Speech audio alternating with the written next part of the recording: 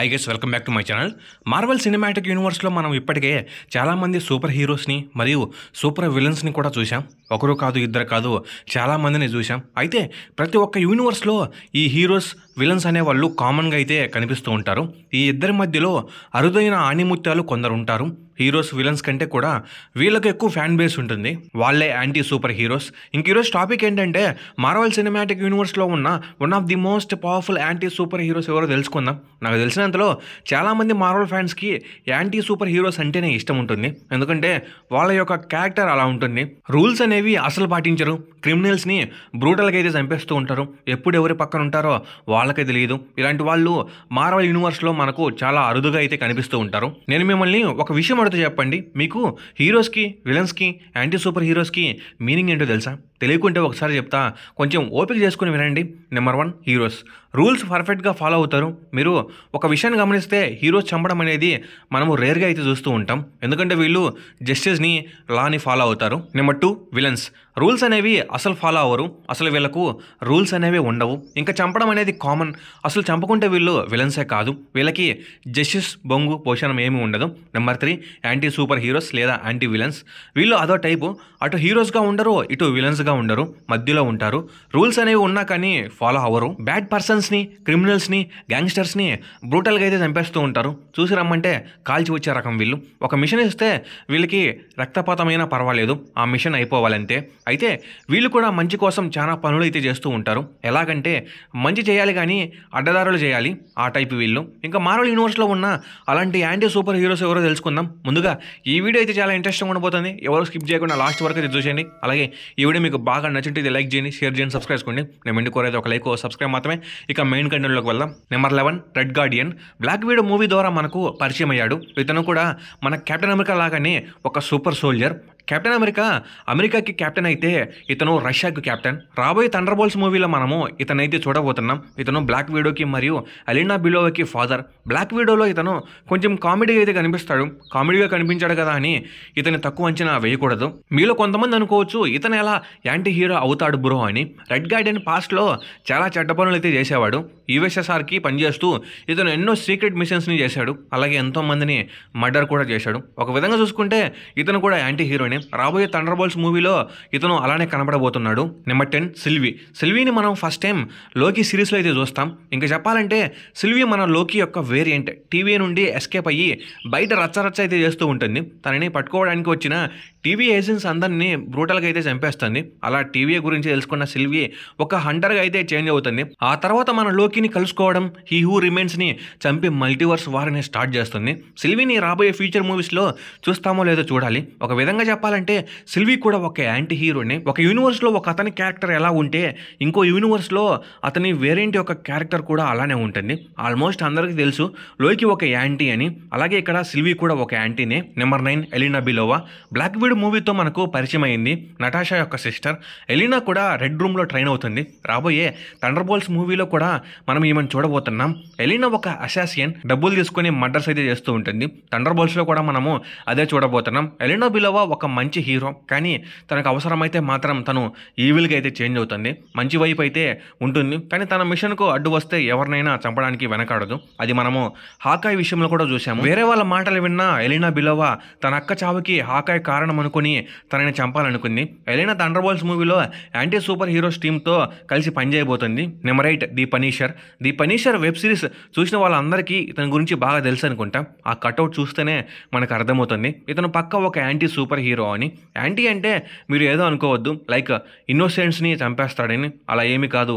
పనీషర్ క్రిమినల్స్కి ఎముడు లాంటి వాడు. Frank castle ఒక ఆర్మీ ఆఫీసర్. అయితే తన ఫ్యామిలీని ఒక క్రిమినల్ గ్యాంగ్ అయితే చంపేస్తుంది. ఇంకా అప్పటి నుండి మనోడు ఫుల్ యాంటీగా అయితే చేంజ్ అవుతాడు. క్రిమినల్స్, గ్యాంగ్స్టర్స్, విలన్స్ని అసలు వదిలిపెట్టాడు. బ్రూటల్గా అయితే చంపేస్తూ ఉంటాడు. మంచి చేస్తాడు, కానీ అది వేరే మార్గంలో చేస్తాడు. చాలామందికి ఈ విషయం తెలియదు అనుకుంటా. డేర్ డెవిల్కి మరియు పనీషర్కి ఎప్పుడు కూడా ఒక రైవల్ అనేది నడుస్తూ ఉంటుంది. ఎక్కడైనా ఈ ఇద్దరు ఎదురైతే కొట్టేసుకుంటారు. ఎందుకంటే డేర్ డెవిల్ ఒక హీరో అంటే విలన్స్ని కొడతాడు, కానీ చంపకుండా వాళ్ళను గవర్నమెంట్ పోలీసులకైతే అప్పగిస్తూ ఉంటాడు. కానీ పనీషర్ అలా కాదు. ఇతను క్రిమినల్స్ని, గ్యాంగ్స్టర్స్ని, విలన్స్ని కొట్టడం, పోలీసులకు అప్పచెప్పడం ఇలాంటివి ఏమీ ఉండవు, ఒకేసారి చంపేయడమే. ఇలా ఈ ఇద్దరి ఐడియాలజీస్ అనేవి వేరువేరుగా ఉంటాయి. అందుకే పనీషర్ ఒక యాంటీ సూపర్ హీరో. రాబోయే డెడ్ డెవిల్ బాండ్ అగైన్లో మనము పనీషర్ అయితే చూడబోతున్నాం. Number 7 moon night. ఇతని క్యారెక్టర్ తేడా, ఇతనే ఒక పెద్ద తేడాగా ఉంటాడు. చాలామంది అనుకునే విషయం ఏమిటంటే మూన్ నైట్ హీరో అని, కానీ కాదు. మూన్ నైట్ ఒక యాంటీ సూపర్ హీరో. ఎలాగనేది చూద్దాం. ఇతనికి పవర్స్ అనేవి ఈజిప్ట్ గాడ్ అయిన కోన్షు ద్వారా అయితే వస్తాయి. అలాగే ఇతనికి డిస్అసోసియేటివ్ ఐడెంటిటీ డిసార్డర్ అయితే ఉంటుంది. అంటే ఇతనిలో 3 షేడ్స్ అయితే ఉంటాయి. అంటే ఇతనిలో 3 వ్యక్తులు ఉంటారు. మార్క్ స్పెక్టర్ ఇతను ఒక అసాసిన్, అంటే మనీ కోసం మిషన్స్ చేస్తూ ఉంటాడు. ఇతనికి మూన్ నైట్ పవర్స్ అయితే వస్తాయి. స్టీవ్ గ్రాంట్ ఇతను ఒక మంచి పర్సన్. జేక్ లోన్లీ ఇతను ఒక కిల్లర్. కోన్షు యొక్క డార్క్ వాక్ని అయితే ఇతను చేస్తూ ఉంటాడు. అయితే moon night heroes like captain America, iron man పాటించే రూల్స్ని అసలు ఫాలో అవ్వడు. అలాగే విలన్స్ని, క్రిమినల్స్ని, బ్యాడ్ పర్సన్స్ని దయా కరుణ లేకుండా చంపేస్తూ ఉంటాడు. ఇతను సేమ్ పనిషర్ లాగా అనుకోండి. అతనేలాగే ఇన్నోసెంట్స్ని ప్రొటెక్ట్ చేస్తూ క్రిమినల్స్ని బ్రూటల్గా అయితే చంపేస్తూ ఉంటాడు. No rules, no law, no mercy. Number 6 the winter soldier. ఒక పక్క యాంటీ సూపర్ హీరో కటౌట్ ఇతనిదే. ఇతను కూడా మన కెప్టెన్ అమెరికా లాగా సూపర్ సోల్జరే. అలాగే కెప్టెన్కి ఒక మంచి friend. Captain America the winter soldier మూవీలో బక్కీని హైడ్రా అయితే బ్రెయిన్ వాష్ అయితే చేస్తుంది. ఇంకా అప్పటి నుండి మనవాడు ఫుల్ యాంటీగా అయితే చేంజ్ అవుతాడు. హీరోస్కి విరుద్ధంగా అయితే చాలా పనులు చేస్తూ ఉంటాడు. అలాగే ఎన్నో మిషన్స్లో చాలా మందిని చంపేస్తూ ఉంటాడు. హైడ్రా యొక్క కంట్రోల్లో ఉన్నప్పుడు ఇతను ఒక విలన్. ఇతనికి రూల్స్ అనేవి ఏమీ ఉండవు, ఎదురొచ్చిన వాళ్ళని చంపేసుకుంటూ పోవడమే. అయితే కెప్టెన్ అమెరికా సివిల్ వార్ తర్వాత ఇతను యాంటీ సూపర్ హీరోగా అయితే చేంజ్ అవుతాడు. మళ్ళీ తన గతాన్ని గుర్తు చేసుకుంటాడు. ఇంకా అప్పటి నుండి మంచి కోసం అయితే ఫైట్ చేస్తూ ఉంటాడు. Number 5 Namor. Kukulkan. Black panther Wakanda forever ఎవర్ మనకు నామోర్ను అయితే పరిచయం చేసింది.